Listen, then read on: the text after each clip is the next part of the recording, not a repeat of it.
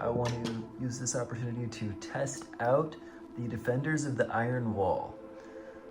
So with the Defenders of the Iron Wall, I have a Siladar, who is my leader, and he has a Siege Jezzail. He has a sword. He also has a great sword because he has the strong keyword. He has reinforced armor. He has alchemical ammunition, and he also has explosive charges. So I'm going to be nominating one terrain feature on the board that I can potentially blow up, which might be kind of fun. So we'll see how that goes. I have two Officer Janissaries. I'm only allowed to take two Janissaries, but in this case, they are each equipped the same way, which is a Siege Jezzail, two swords, standard armor, and alchemical ammunition. I have four Azebs, each equipped exactly the same so that it's easier for me to remember what they have. They each have a Jezzail with alchemical ammunition, a Trench Club, God forbid they make it into melee combat. They have standard armor, and I'm trying out the med kits. So we'll see if I can use that to prevent some blood markers. Might be kind of cool. Or, you know, bounce people up from being down. Seems kind of fun. I also have a Brazen Bull. He has the Sultanate Grand Cannon, which will be fun to test out. That's a specific weapon option that gets tied to this Defender's variant, and it's super powerful, so we'll see how that goes. He has a Titan Zulfikar, just in case he can get into melee combat. He has a Trench Shield, and he has standard armor. I also have one Sapper who has the Alebazon, which is kind of like a short-range gun. He has a Trench Club and a Trench Shield, and then finally I have an emplaced Grand Canyon, which you can see right here in my deployment zone, which is just a Grand Canyon that is on a 50 mil base that my troops can fire. The 7 Deadly Sins Lust, which I'm trying out for the very first time. That should be kind of cool. It is led by a Praetor. The Praetor has a Serpent Assault Gun for some DACA. He has a sword and a Hellblade. He has the Forbidden Pleasures Goetic power, which allows one of my models to begin the game with 3 blood markers on it, which should be spicy, because then I can load up my little blood battery Wretched and fire off some fireballs with the Sorcerer early, hopefully. He also has reinforced armor. Then I have a Hell Knight with Ophidian Rifle and a sword. I have a Hell Knight with a Hellblade and a Trench Shield. I have the Hunter of the Left-Hand Path with a sword and reinforced armor. I have the Sorcerer with a sword and reinforced armor and the Burning Inferno Goetic spell. I have a Pit Locust with the Crown of Hellfire for putting out those juicy blood markers. And then I have 2 Wretched, each with 2 Trench Clubs, and a Yoke Fiend with an Arquebus, 2 swords, and standard armor. And that is the court for today. Righty, so here's what the board looks like after deployment. We're gonna be testing out this scenario called Mosh Pit. This is one that I created for the Mud King campaign. It is a multiplayer scenario traditionally, and it can be played up to 4 players. But today it's just gonna be a good old 1v1. Objective in the direct middle of the board. And then there's a 12-inch diameter area around that you can score. And yeah, you'll get points for controlling that area, and you'll get points for contesting that area. But if you have nothing in that area, you will start to lose points beginning on the 2nd turn. Okay, and with the explosive charge, I'm going to nominate this bridge right here as the terrain piece that the leader / the sappers were able to put mines on before the battle begins. So at some point I'll be able to blow that up, and that might be kind of cool. I believe that the Grand Canyon, I'm gonna stop saying that at some point. Okay, so I believe that the Grand Cannon counts as a model. I could be incorrect on that. Please put that in the comments if you know. whether or not it counts as a model. But I believe that would put the Sultanate at 10 models and the court at 9. So I will start with the first activation going to the court. And the Hell Knight with the Ophidian Rifle is going to activate. He's going to try to move up 6. Alright, so you're going to be using the red dice for the court and the white dice for the Sultanate, just to kind of keep it straightforward. The Ophidian Rifle guy does not have range to shoot over there yet, so he's going to have to try to take a dash. So let's see if he can do a dash. Gets it with an 8, so that's cool. Come on over there like that. And then he's going to take a long-range cover shot at that Janissary with the Siege Jezzail. It's going to be +2 dice because the Ophidian Rifle, and it has, because it's some sort of weird dimensional rifle that just does better at long range and in cover. So here's 4 dice. Well, all right, looks like cold dice to start. That's crazy. He will fail. Yep, so going to be over to the Sultanate. Okay, so I think that Siege Jezzail guy who just got fired at is going to go ahead and move.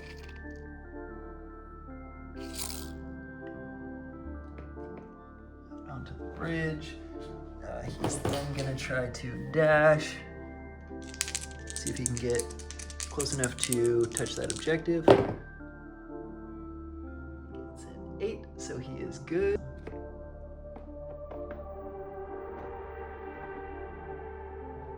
Come up like that. And he will be contesting the objective or scoring it, so he is going to then take a shot right back at that Ophidian Rifle Hell Knight. Alrighty, and for those who are a little bit newer to Trench Crusade, the Siege Jezzail is a heavy weapon, so traditionally he would not be able to fire that after moving, but he does have the strong keyword, so that is why he's able to do that. And so I'm +1 dice for my ranged. I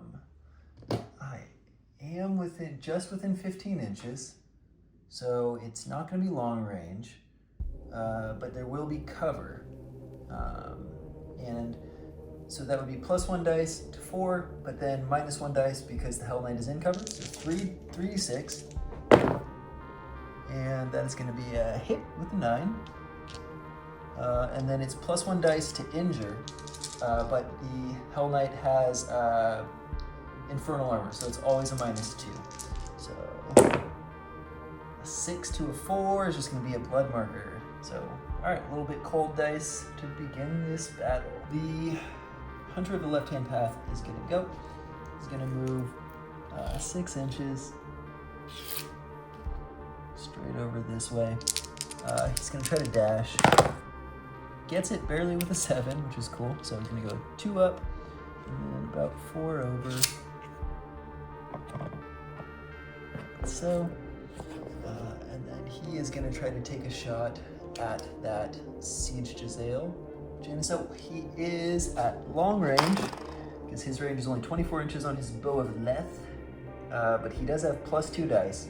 So that'll put him at 4 dice, but then it's going to drop because of the cover and drop because of the long range. So he'll just be rolling 2d6. So let's see if he can get a hit. Barely with a 7. Okay, well, barely is good enough in this game. So that will be a hit.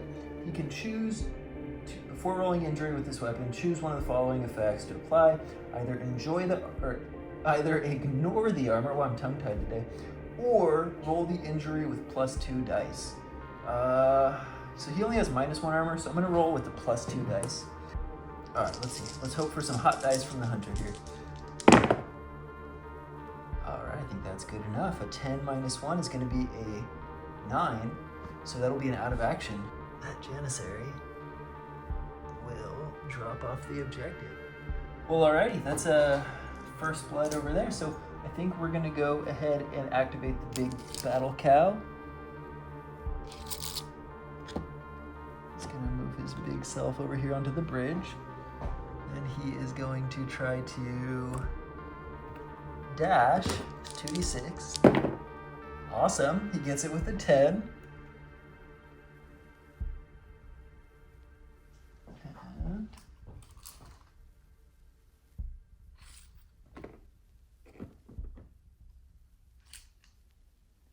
awesome. So he will also be contesting the objective. He's got that big old cannon, but he is also strong. And so I think he is going to try to return fire. I think he's going to try to shoot at the hunter. They're both good targets, the Hell Knight and the hunter. But the Hell Knight has the infernal armor, which cannot be reduced. And so I think it's better to fire that big old cannon into the hunter. Plus the hunter can ignore armor, so he's going to be kind of a pain in the ass, I think, if I can't get rid of him. So for the Sultanate Grand Cannon, it is a 48-inch range, so we're well within 24 inches. And he does have cover, so unfortunately we're going to be rolling 3d6, take the lowest. Ooh, unless you roll hot like that. All right, I was worried about that, but he does hit. That's tremendous. So here's where it gets spicy. This Sultanate Grand Cannon gets +2 dice to injury and ignores armor. So this could be the end for the hunter. We will find out. And it will be the end for the hunter, because ignoring armor, a 10 isn't out of action. So out goes the hunter. So good shooting by the big cow.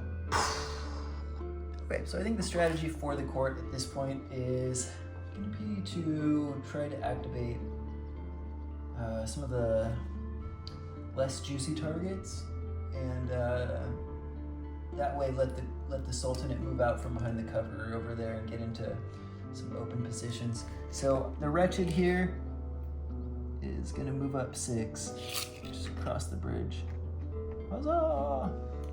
And then he is going to just try to dash, and he gets it with a 9, which is pretty solid. So he is also going to just start hoofing it.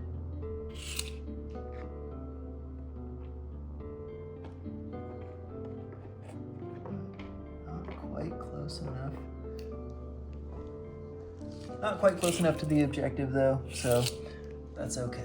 All right, I think we're gonna actually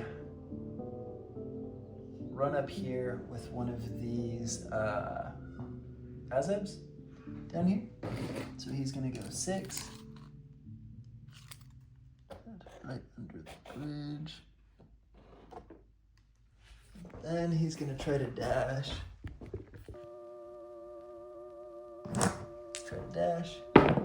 Nope, so he wants to stay under the bridge. That's okay. All right, this Hell Knight over here is also gonna try to sneak up on the objective.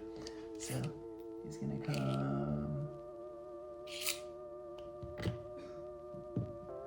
over here, and then he's going to try to dash as well.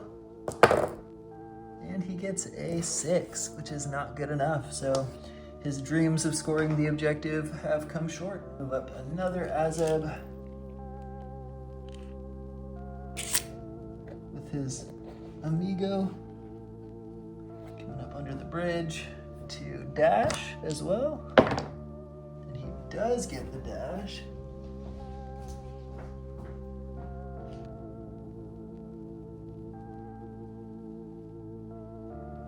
This Arquebus Yoke Fiend is going to go ahead and just move 6 over here.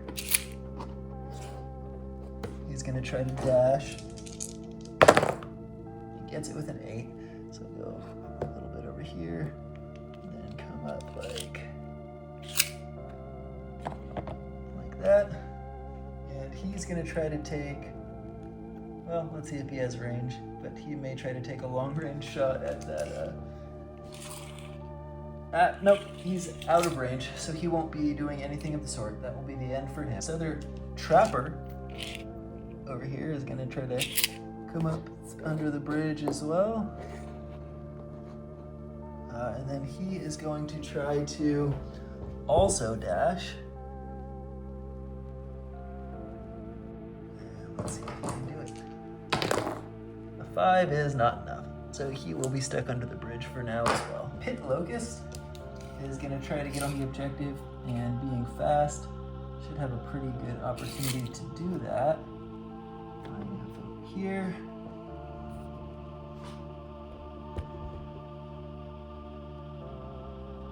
And then gonna try to dash.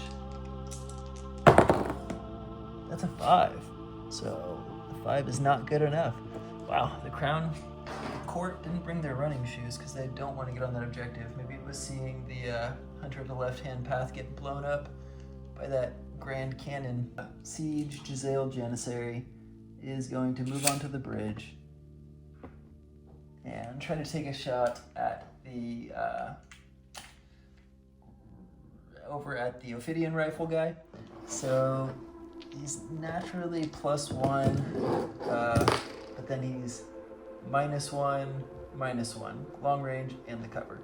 So let's see what he can do. With 3d6, take the lowest. Oh, hot dice, all right, so that's a hit.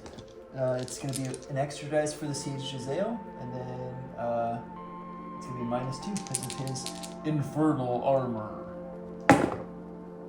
Okay, well the 6 to a 4 is just gonna be another blood marker.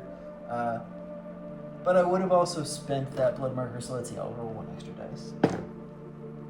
Okay, so a 10 to an 8 is going to actually be a knockdown. And then might as well just take a dash action, just to try to get a little bit better position. Yep, he gets it, so.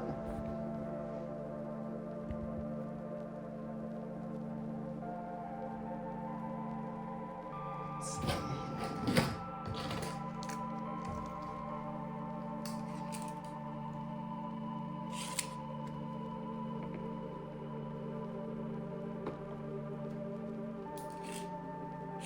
Okay, so he'll get onto the objective as well. It was just these fellas. So, let's go ahead and start with the Sorcerer. The Sorcerer is going to fly. Let me see if the Sorcerer flies how fast.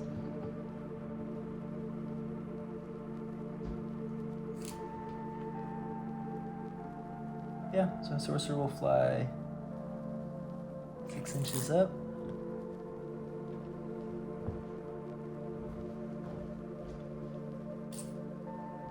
And then the Sorcerer is going to try to shoot the Burning Inferno, ranged attack action, at the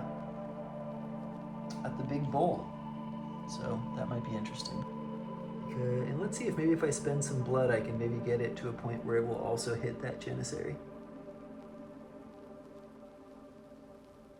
Okay, and so the way this works is I spend 1 to 3 blood markers. And if for each blood marker I spend, it increases the AoE by 1 inch. So I think if I just spend 1, I can actually get both of them because they're so close. So I'll just spend 1 blood marker off of my blood battery / wretched. And then, yeah, so the way this works is I select a point, I make a ranged attack, it suffers penalties for long range, but not for cover. All right, so let's see if it can hit. Barely with a 7, which is awesome. So it will hit.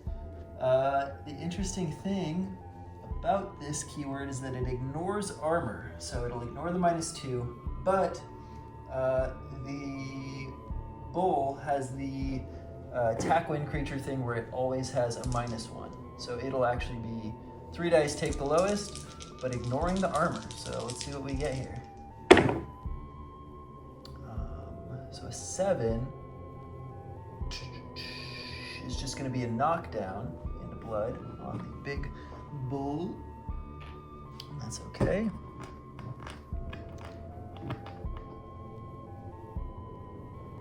And then it's going to be a damage roll onto the Janissary. This one, however, because it's not a direct hit, it's like a blast onto him, doesn't ignore the armor. So it's just going to be 2d6 with the -1 for his armor. Oh, I had to make it dramatic, but let's see. So we got a 6 to start. Oh, all right. Well, let's not make it dramatic. How about a 7? How about they both get knocked down? All right, so we're going to activate the Siladar. He is going to come up 1 inch and then over 5. Onto this bridge. Siege is 30 inches. Let's see if he can. Let's see if he can dash. Wow, and he fails with the 3. So, thus ends his activation. He wants to lead from the back, it seems like. Activate the blood battery. The blood battery is just gonna move, I think 6 over here.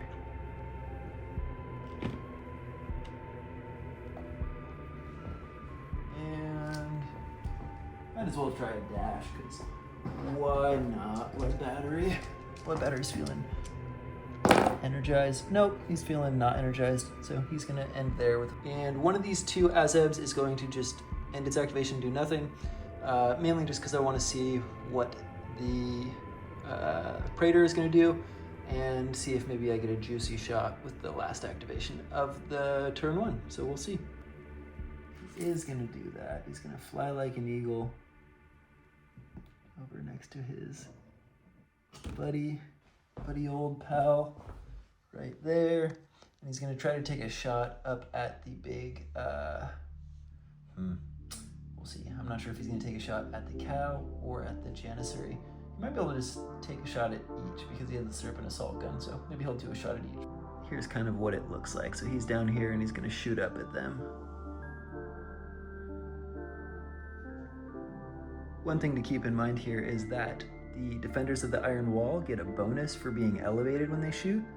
Hasn't really come into play yet, but I think at the start of next turn it might be something interesting to keep an eye on.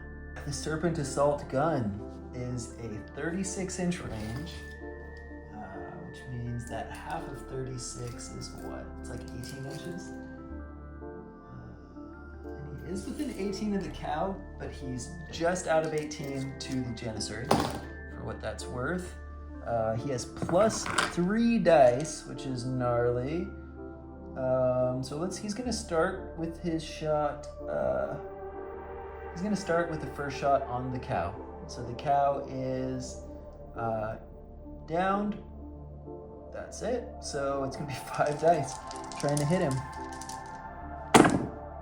Holy smokes. Okay, and so the wound roll, because it's critical, gets 1 extra dice. So it goes from 2 to 3 dice. He's down, so it goes to 4 dice. However, he has his I'm a spooky monster ability where it's -1 dice, so that's back to 3d6. Question is, do I want to spend the blood marker? I think I'm going to spend it and just go all for it, even though I just rolled 3 6s, so my 6s are probably cold now, but you never know. And so, here comes 46, -2 because of his armor, and let's see if we can get rid of this guy's tough. Ooh, hot dice again. Okay, so it does get rid of his tough. The juicy part about that is that since he's already downed, he's gonna get 2 blood markers instead of just 1. And you know what? I was considering putting the second shot into the Janissary, depending on how this all went. But seeing how hot this is going, I think I'm gonna keep it rolling and see if I can get crazy lucky and take the bull out. Only time will tell. So we're gonna have 5 dice again to hit. Oh my gosh, it's another crit. The red dice are coming alive. Okay, excellent, excellent. All right, so let's do the math again. So 2d6, add 1 for the crit, subtract 1 back to 2d6 for the alchemical creature thing, add 1 dice again for him being downed, and then add 2 dice because you better believe I'm spending those dang blood tokens. All right, let's see what we can get here. This -2. Oh, and the Praetor, who, so you all know, is coming in at a whopping 234 ducats, has sprayed the hell out of the Brazen Bull and taken the Brazen Bull out of action. And that is needed because I was feeling like the Sultanate were kind of taking a little bit of an early advantage here just by their positioning on the objective. So that's crazy. And that, yeah, we'll have just one last activation coming from the Sultanate with the Grand Cannon Azeb. Last activation of turn 1 is the Grand Cannon Azeb over here. The Grand Cannon doesn't have very many juicy targets, unfortunately. It's pretty much gonna have to be either the Wretched, the Yoke Fiend, or the Hell Knight. Oh, the Hell Knight is in cover though, and the Azeb's not particularly accurate, so this is kind of spicy for what to do. But I might as well just roll dice. I'm just gonna go ahead and shoot for the Wretched.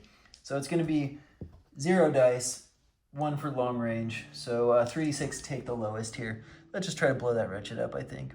I think 3d6 is better than going for the 4d6, even though the Hell Knight is knocked down and has a blood. Oh, it's so tempting, but there's not a chance in hell, I think, that I'm gonna get 46, take the lowest. So, try 3. Dang it, and just barely it misses. And after turn 1, this is kind of what the board looks like. Little bit of a bloody turn 1, not quite as crazy as our last game, but you know, we Hunter of the Left-Hand Path dropped, Siege Janissary dropped, as did the Bowl, which is the big one. So excellent work by the Praetor there.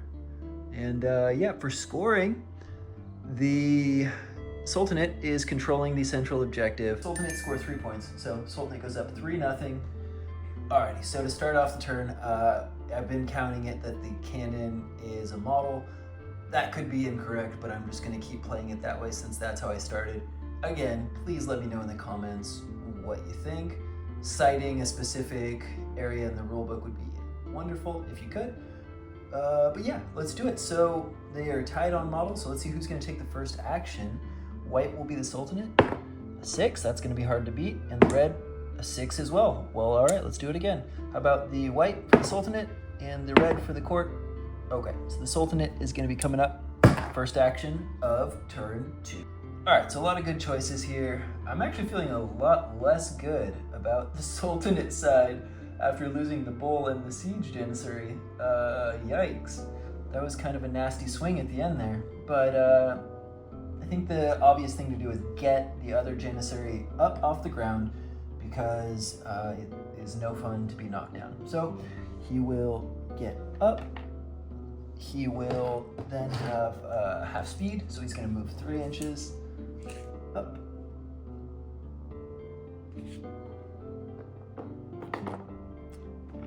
He is going to try to take a shot at the Hell Knight, who is knocked down and in cover. This would be a big one if he could get it and just start getting some things going back in the Sultanate direction. But it's going to be tough because these guys are just really tough with their always having a -2. So here we go. So the Janissary, who is an officer, by the way, Officer Janissary to you, Lieutenant. So he is going to have a +1 die, so he's going to go from 2 to 3. We are within half range, but we are in cover, so that's going to go back down to 2. Oof. And court player is going to spend 1d6, or 1 blood marker, to try to make it 3d6 take the lowest. But then actually I did also forget about the alchemical ammunition, so it's going to go back to just a straight flat 2d6. Got a hit. And we're looking at +1 die, 4 being down, +1 die for the Siege Jezzail, and +1 die because you better believe I'm spending that blood marker. All right, 5d6, trying to get this guy. -2. An 11 -2 is 9. That'll out of action him. I'm gonna try to dash him just to get him up into cover. Nope, he doesn't want cover. That makes sense.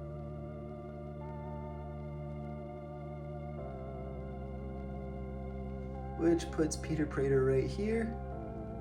And he's first going to try to take a shot, but just a single die, because then he's going to be trying to charge up at this boy. Okay, so Peter Prater, his shot is at 5d6 regularly. There's no cover or short range, so just 5d6.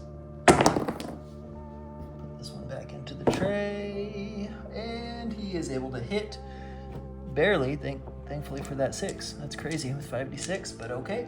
And then it's just a regular old 2d6 to wound at -1. Wow. -1 to a 2. I think a 2 is still just a single blood marker. Let's see how far away he is real quick. He flies. Alright, so yeah, he just needs not a 1. Okay, so he gets a 3, and he will be coming into combat. Alright, and so that is where the Praetor ends up, charging up onto the objective Mosh Pit, and he's going to try to end this Janissary officer's life. So we will see. Alrighty, so here we go. He's going to have 5d6. He's going to start with his Hellblade, because why not? He's got, the 5d6, so let's see. That will be a hit with an 8. Hellblade is +1 dice to injury, so 3d6. He's going to go ahead and spend the blood marker on the old Janissary officer. Thank you, officer. So let's spend the blood. He's at 4d6. And we are 8 down to a 7 because he's -1 armor. So it's going to be a knockdown, and it's a Hellblade, so it'll be 2 blood on him. And then I'm going to try to do it again with the regular sword, this time with 4d6 because it's an offhand sword. Wow, and he got a critical, so this is going to be an absolute bucket of dice coming, because the sword has the critical keyword. So that means it gets not only 1 extra dice, but 2 extra dice to damage, injury that is. So we're going to do the math with you here. 2d6 base, 3d6 because he's knocked down, 5d6, and then I'll spend the 2d6 to roll. I don't even have enough big red dice, but I'll spend the 2 for the injury to be rolling 7d6. So here we go. Yep, and that will out of action him, so not bad work by the Praetor. Alright, so coming back over to this side, I think there's only one obvious move to do here, and that is to fire the big old cannon right into the Praetor's face. The Azebs are just a 0 dice, so we're going to be looking at flat dice. We are short range, there's no cover, so just a good old 2d6 here, and let's see if the old Cannon of the Wall can plink a hit onto the old Praetor after he just mulched the absolute finest that the wall has to offer. Okay, barely with a 7, but that is juicy, because now I can ignore the -2 armor with the cannon and get +2 dice. So we're looking at 4d6. And ideally, the Praetor is tough, but ideally we're trying to knock that tough off and then maybe see if the Siladar is feeling antsy and feeling like he can take him out. All right, so we're probably getting ahead of ourselves here, but let's see if this dice roll can pop off. 10, yeah, that'll do it. So that will eat through his tough. So that's gonna knock him down. That's gonna put a blood marker on him. That's not bad at all. So, and since I hit him, but didn't take him out of action, the target is going to be pushed 1d6 inches directly away. And this might be interesting because it's going to possibly take him off the objective, but also possibly make him fall. So let's see. 4 inches, hell yeah. All right, let's see what happens here.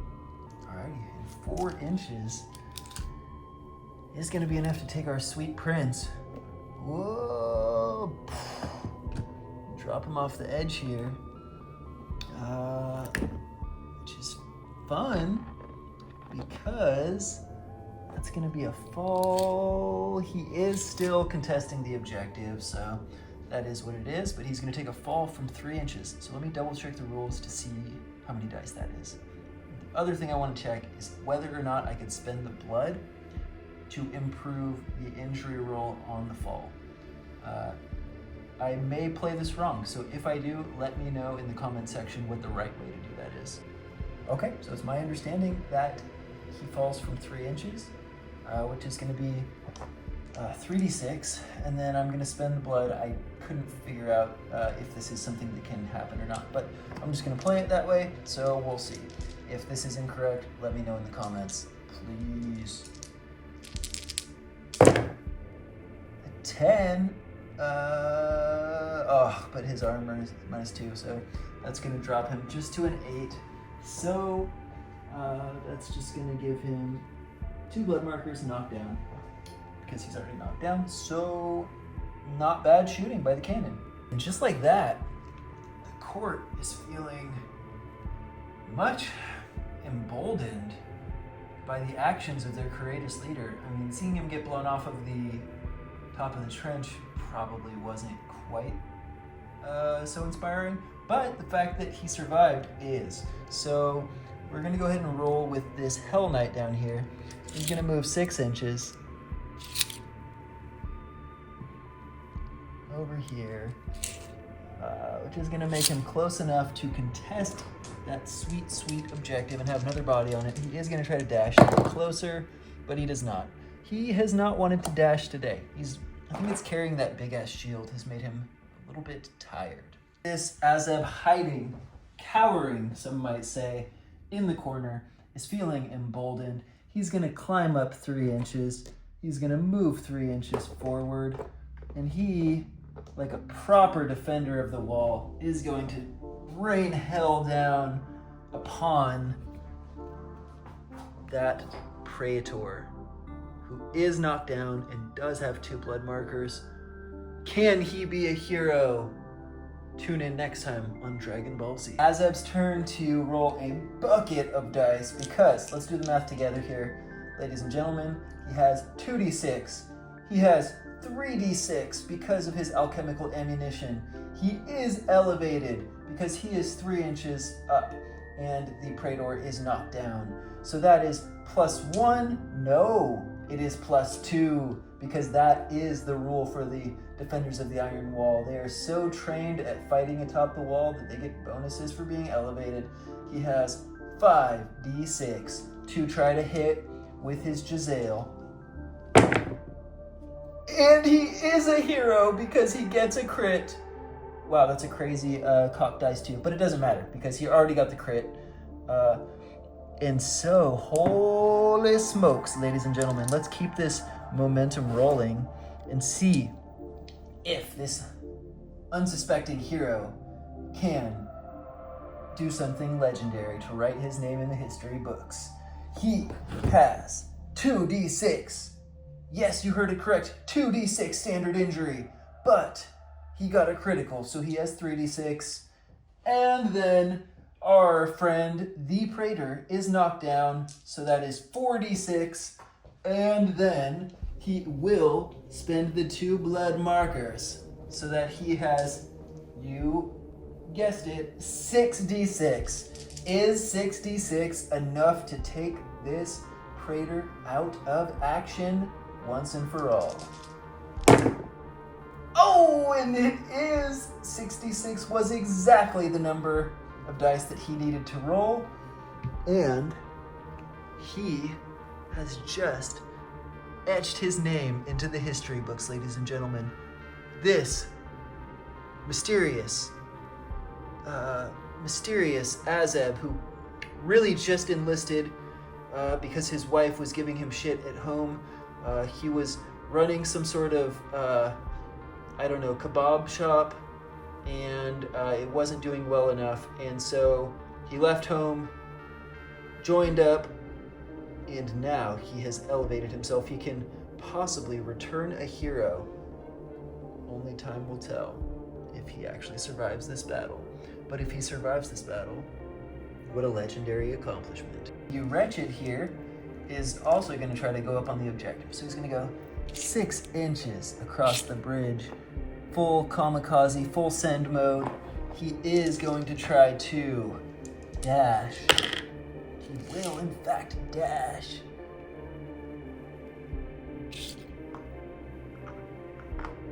Over that way, over yonder. Ladies and gentlemen, the time of the bull has passed. It is now the time of the humble Azeb. So, one of these two who is under the bridge, one Azeb, one trapper. The Azeb is going to move. He's going to come over here, 5 inches. He is going to try to dash. Gets it with a 9. He wants to dash. He's going to go up 3. Actually, he's going to go up 2, and then he's going to go up 4. Into this little spot in here. And he's going to, you guessed it, fire off a shot point blank into that wretched. Oh no, and I rolled the red dice. I'm so sorry. I goofed that, but that's okay. He has stolen their dice. He's a teeny bit heretical. But let's see if he can shoot into the wretched. He's got 3d6 to hit. He does it with an 11. Almost a crit, but not a crit. And no armor, so just flat dice. A 5 is going to be a blood marker. All right, I think this arquebus boy wants to get into the fray himself. He's going to climb up an inch, and then he's going to go forward 5 inches onto the bridge. Yar! For Narnia. He's over the amount that he needs to be half range, and he's crazy inaccurate with his arquebus, as yoke fiends sometimes are. He's going to try to dash. No, he wants to stay right there on the bridge. I think that the second Azeb here manning the cannon is saying, you know what? I think you got this, bud. So I'm gonna go ahead and skedaddle. He's gonna run over towards the objective himself. He is gonna try to dash. Oh, critical dash. He's never felt so good. Inspired by the heroics of his brother. Oh, and then he eats shit and falls off the thing and dies, but that's okay too. All right, he's gonna be contesting that baby as well. He's gonna try to take a shot at the wretched. And so, he's gonna have 3d6 coming up. He hits. He is going to spend that blood marker. He's gonna have 3d6 again. And he gets a 9, and that will take that wretched. Dun dun dun dun. Out of action. These Azebs are mopping up over here, guys. And just as a reminder, how many have they lost? They've lost 1, 2, 3, 4. The court has lost 4 of their beginning 9, so they're close to needing a morale check. And on the opposite side, they've lost 3 of their 10, so they're doing okay for this ultimate, but that could change quickly if some of these Azebs start to eat it, which could quite possibly be something that happens. All right, coming back over to the pit locust. Oh, he wants so badly to get into the fray. He is gonna try to dash. Barely gets it with a 7. So he's gonna come up 8. Fly up here onto the bridge. Yeah! And then he is going to try to, I think, charge over here at this buddy. It won't be a diving charge because I think he's only barely elevated, but he is still going to try to charge and get into the action. Yeah, any distance will get him there. So he's actually going to charge the one. Yeah, he'll charge 7. But he gets it with a 6 while he's hauling.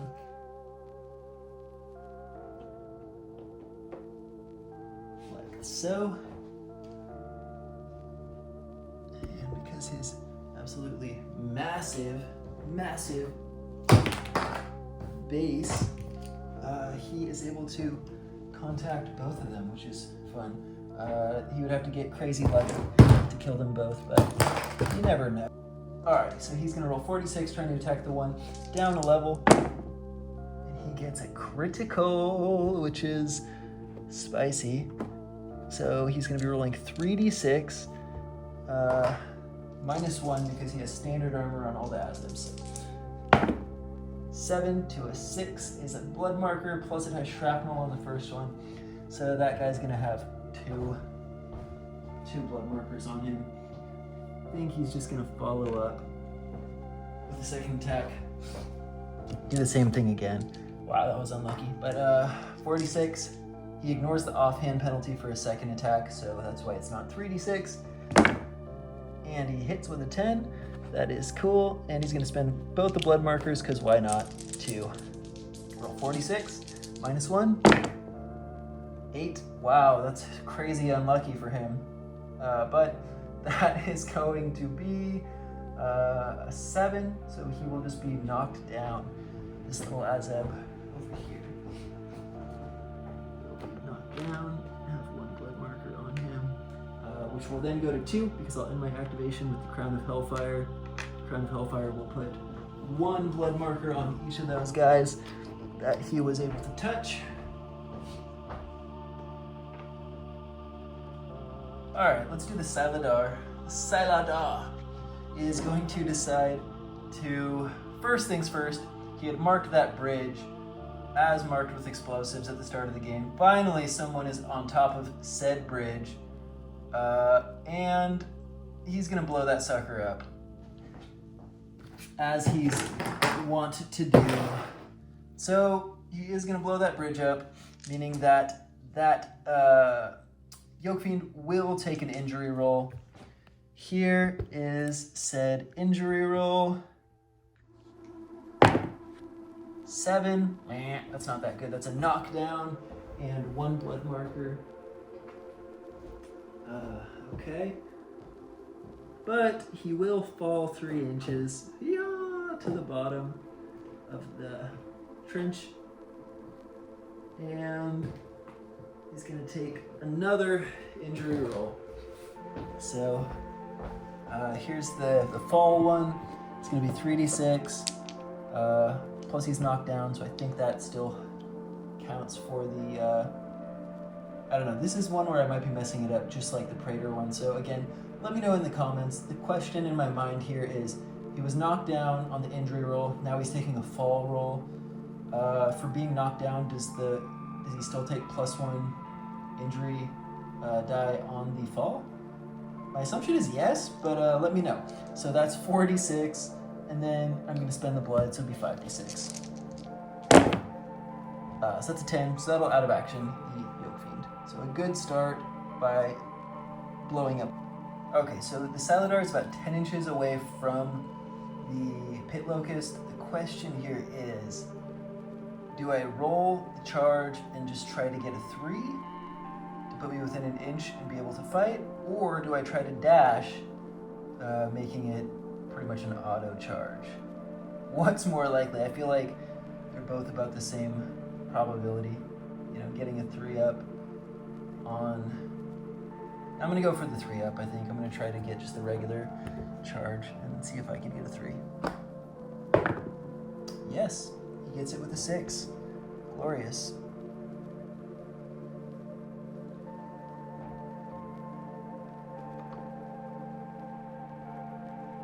Alrighty. So, Saladar has +2 melee. He has a great sword, so he's going to swing with the great sword to start. So he's got 46, and that is it. So here's the 46 swing to try to hit. That'll hit. No crit. Crit would have been kind of nice, but who needs them? Crits, who needs them? So he's going to have 2d6, +1 to injure with the greatsword. Yeah, and so just 3d6 here, -2 because the Pit Locust does have reinforced armor. 8. That's pretty good, but down 2 is actually just going to put him at a 6. So just a blood marker. Wah, wah, wah. Come on, Siladar. What are you good for? Just blowing up bridges? Maybe. So here's the offhand swing with just a regular sword. So I'm just gonna be 3d6 to hit.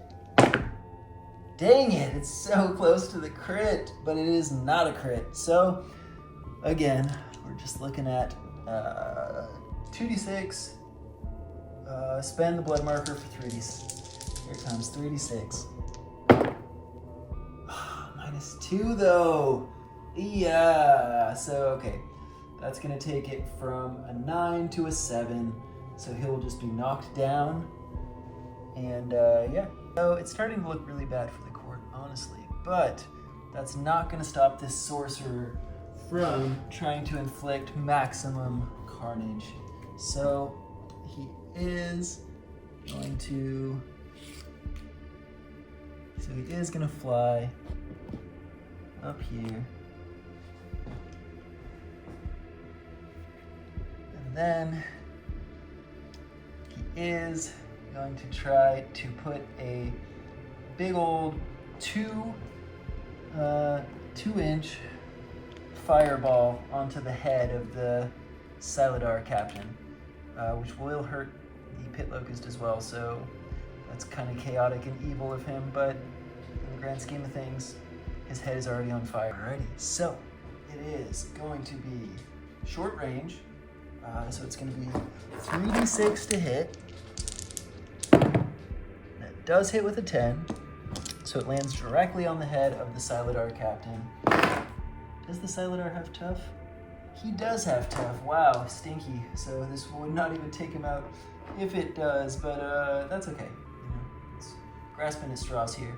So yeah, let's see if the Siladar captain, how he fares against this. This is going to be 2d6, and it is going to be ignoring armor, I'm pretty sure. Let me just double check that real quick. Sorcerer. Yep, so just 2d6 and ignores armor. So this will ignore his reinforced armor. 7 is going to knock him down. Put a blood on him. 2-inch blast. So that's going to get everyone in here. So these ones will not ignore armor, so that's cool. So let's do the one on the Azeb, who has 1 blood on him already. Gonna boost it to 3d6. -1. That's a 10. -1 is 9. That's gonna out of action 1 Azeb. Right? Fireball will burn up 1 Azeb, which is something at least.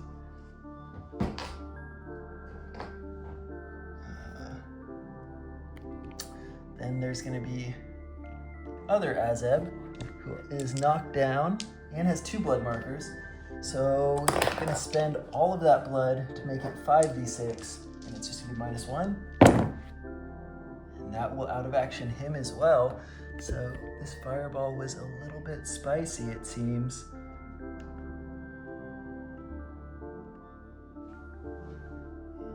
He will pop out of action as well, which is a big swing because that actually gets us closer to tied on the objective, which is something. And then lastly, the one that could be not so good is the one where the pit locust is also knocked down. So 2d6. So 3d6. The Sultanate's gonna spend the blood to make it 4d6. Doesn't ignore the armor, but it is gonna be 46. So 46 -2 here. So a 10 to an 8. All right, so it doesn't out of action him. He's still kicking around. He is knocked down though, so he will take 2 blood. But we'll take it. That's a pretty good trade-off if you are the court. And so after all of that, that's kind of the way that looks. So then there was just a single trapper remaining. And that trapper was going to try to take things into his own hands. Sapper. I've been calling him a trapper, but he is a sapper. Try to take things into his own hands. He is also not good at fighting, really, but he does have a trench club, and so he's going to go ahead and do what he can. So he is going to come up, I think. How far away is he? About 5. One up. Alright, so he's going to try to dash. Well, he does not dash. So he's not taking anyone out. And that will be the end of his activation. Alright, and the last activation of turn 2 is going to be this poor blood battery. He has no more blood on him. So I am not a blood battery any longer. I'm a man, damn it. Let's see if he can dash. He can. He was born to dash. So that's gonna put him over next to his amigo. All right, and so now that's gonna be the end. Okay, so at the end of the turn, here's what it looks like. Turn 2, and we have 2 Iron Sultanate in the Mosh Pit, the Saladar and 1 Azeb. We have 3 Court in the Mosh Pit. We have the Pit Locust, the Wretched, and the Hell Knight. Okay, so that means that Court scores 3 victory points, and the Sultanate scores 1 victory point. Okay, so they're, I think, both going to require morale checks at the end of this round, because the Sultanate has 4 models on the table, one of them knocked down to 3. The Court has 4 models on the table, one of them knocked down to 3. What's interesting here is I don't know who rolls the morale check first. I guess they would do it simultaneously since they have the same amount of models. That's another one to put in the comments below. Would it be a roll-off to see who does it first? It's my assumption that they would both roll, and in the event that they both failed, it would just be a draw, because they would both run at the same time. But I don't know. There's a chance that, you would priority it since it's even, and then whoever lost the morale check first would be the loser. But I don't know. It could go on. They could both pass it. We'll see. Okay, so Iron Sultanate morale. They have failed on a 3. Okay, and let's see with the Sultanate. Can the Sultanate finally claim a victory? Let's see.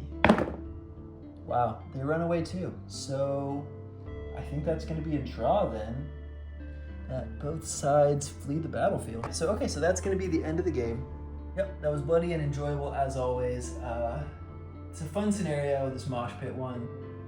If you want to try it out yourself, then you can download it. I'll put the link in the description. It's a part of the Mud King Spyglass narrative campaign pack I designed and put up for free online. Its pack is pretty much a couple scenarios and a rare exploration chart for you to use, plus a little hook for why all of the combatants are converging upon Ibre. So, yeah, I hope you enjoyed the video. Keep watching. Subscribe if you are not already subscribed. Got lots of good stuff coming. I think pretty soon we'll have we'll get an opponent in here. I'm trying to get Black Grail on the channel. I think pretty soon also I'll be getting the Red Brigade. So they'll be pretty cool to get on the channel too. Make some new Antioch into the fray, and yeah, we'll have more stuff coming soon. So thank you for watching, y'all.